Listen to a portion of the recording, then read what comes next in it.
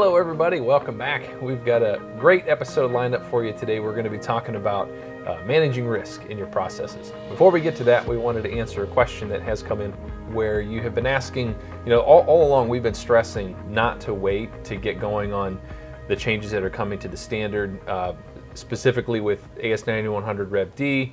And for those of you who are in the middle of a certification process working towards Rev C, what do you do? Rev D's coming out, but you're in the middle of C. So, do they put the brakes on? How do they handle that? That's a good question. We didn't think about that, but it's one that needs to be dealt with. Don't stop. You're focusing on Rev C. Certification's on the horizon.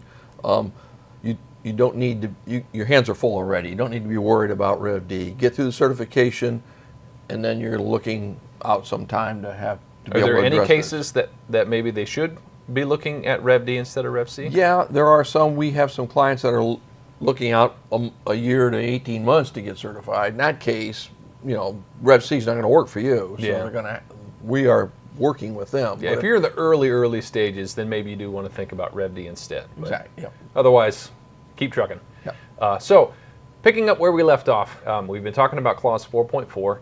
And in the past two episodes, we have covered clauses A through F. And just as a refresher, clause F is the risks and opportunities in accordance with the requirements of 6.1 and plan and implement the appropriate action to address them. Correct. And notice that the clause in 4.4F says you got to identify and manage the risks, but it points to 6.1, so let's take a look at 6.1. That's pretty illuminative of what it asks for. Clause 6 is the planning for the quality management system. 6.1 is the actions to address risks and opportunities.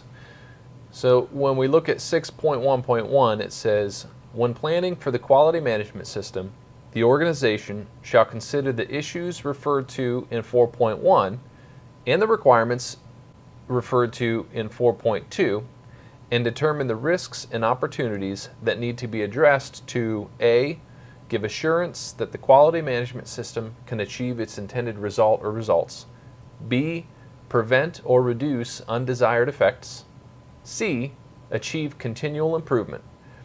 6.1.2 says the organization shall plan A, actions to address these risks and opportunities, and B, they should plan how to, 1, integrate and implement the actions into its quality management system processes, see 4.4, and 2, evaluate the effectiveness of these actions.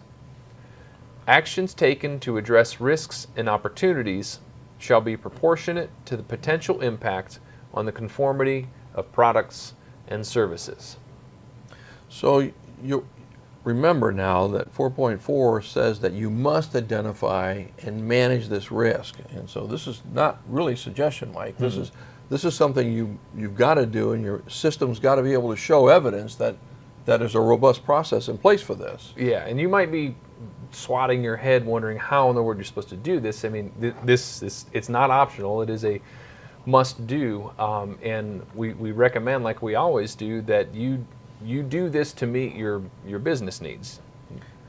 Mike, we always say that. We always say this: the standard's not prescriptive, but it's descriptive, and so you want to take the opportunity to develop this in a way that meets your business needs. But what do we mean by that? Sure, that just basically means that you are not meeting or focusing on a requirement with the sole objective of satisfying the standard or an auditor, but you're looking at how to meet this requirement in a way that enhances your own business and it fits your corporate culture and your corporate objectives. Make sure this makes sense for you, not just for the standard itself.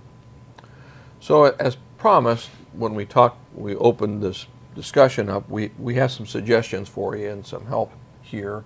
And as I mentioned to you on some of the other episodes, Bill Hauser, my partner, who's also our president, was director of quality and productivity for one of America's largest corporations, had hundreds of companies in it, and many of the methodologies that we currently use were developed, again, to meet their business needs, and they're still very applicable today. Yeah. And by the way, the course, the AS9100 Rev D course we keep talking about, which is available on our cite, and I invite you to take a look at it, was written by and presented by Bill. Yeah.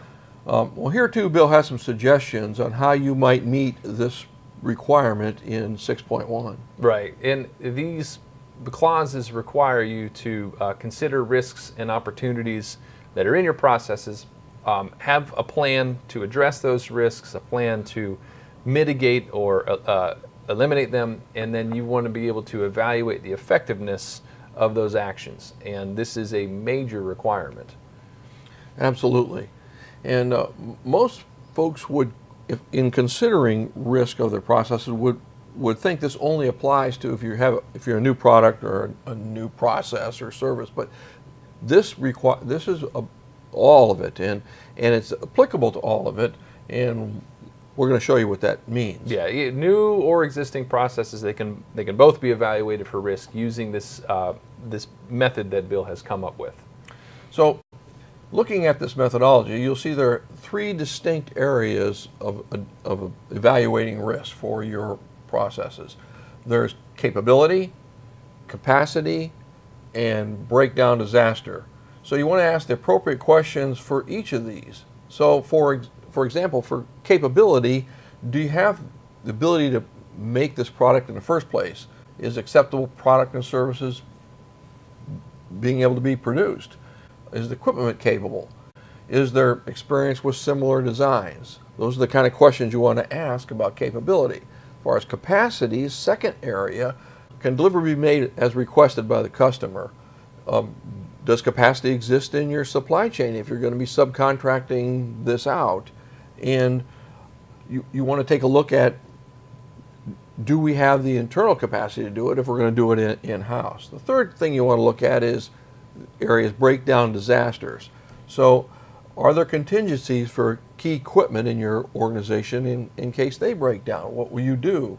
What supplier problems are there that you might have if there's an external issue?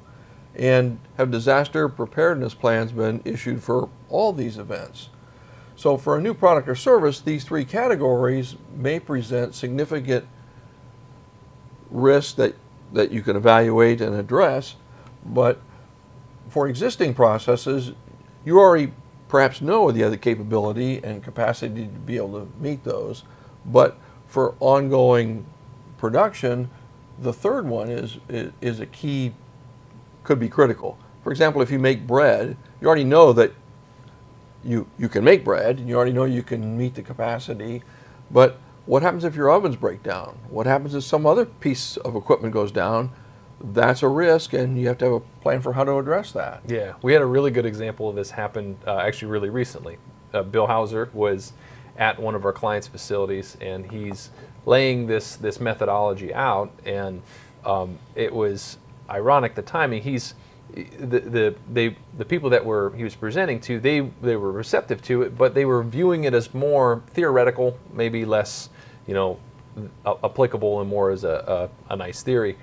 And as he's wrapping up this presentation, a guy comes bursting into the room, and here one of their production cranes, one of their critical pieces of equipment, had just broken down, shut the whole plant down. And it went immediately from theory into a very painful reality. And obviously at that point, everything kind of clicks, and they from the president, all the way down, now they are using this method, this model, to evaluate the processes, figure out how do we manage, how do we mitigate the risk.